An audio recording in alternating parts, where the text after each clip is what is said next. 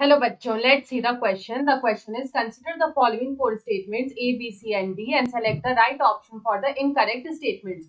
तो यहाँ पे हमें A, B, C और D statements दे रखा है और हमें यहाँ पे जो incorrect statements है उसको identify करना है.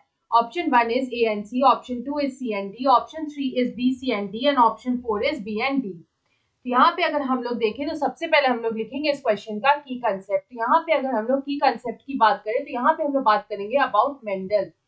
तो मेंडल जो थे he worked on garden pea. Mendel worked on garden pea for 7 years. For 7 years he worked on garden pea and gave the law of inheritance and gave 3 laws of inheritance and gave the laws of inheritance. तो यहाँ पे अगर हम लोग एक एक करके सारे स्टेटमेंट को चेक करें तो हम लोग का जो फर्स्ट स्टेटमेंट है विच इज ए, उसमें लिखा है कि Mendelian experiments has large sampling size which gave greater credibility to the data that he collected. तो हमारा जो फर्स्ट स्टेटमेंट है वो यहाँ पे ट्रू है. अगर हम लोग यहाँ पे मेंडल की बात करें तो मेंडल की जो एक्सपेरिमेंट्स थे they had large sampling size. They had large sampling size which gave greater credibility to the data.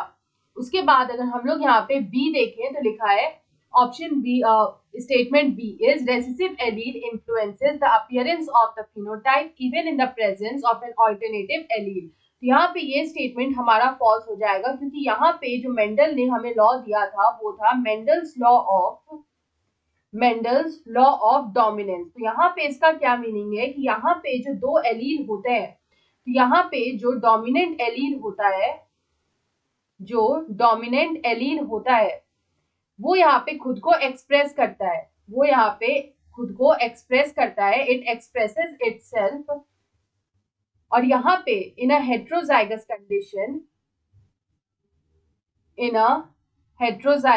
Condition और यहाँ पे जो रेसेसिव एलील होता है वो खुद को एक्सप्रेस नहीं कर पाता है. तो यहाँ पे अगर हम लोग देखें तो यहाँ पे जो रेसेसिव एलील होता है वो यहाँ पे खुद को नहीं एक्सप्रेस करता है, डज नॉट एक्सप्रेस. अगर हम लोग एग्जाम्पल लें तो हम लोग बोल सकते हैं कि यहाँ पे कैपिटल टी स्मॉल टी का अगर हम लोग यहाँ पे एग्जाम्पल लें तो यहाँ पे जो कैपिटल टी है it is the dominant allele और यहाँ पे जो स्मॉल टी है which is dwarf, it is the recessive allele. यहाँ पे अगर हम लोग इस हेट्रोजाइगस कंडीशन की बात करें कैपिटल टी और स्मॉल टी तो यहाँ पे इसका जो फिनोटाइप आएगा वो आएगा tall. It will be tall, the plant will be tall. तो यहाँ पे ये स्टेटमेंट जो है वो हमारा यहाँ पे फॉल्स हो जाएगा. उसके बाद सी स्टेटमेंट में लिखा है कि multiple alleles can be found only when individual studies are made. यहाँ पे ये स्टेटमेंट भी हमारा फॉल्स हो जाएगा. अगर हम लोग यहाँ पे मल्टीपल एलील्स की बात करें तो यहाँ पे जो मल्टीपल एलील्स है they can be found only when the population studies are made.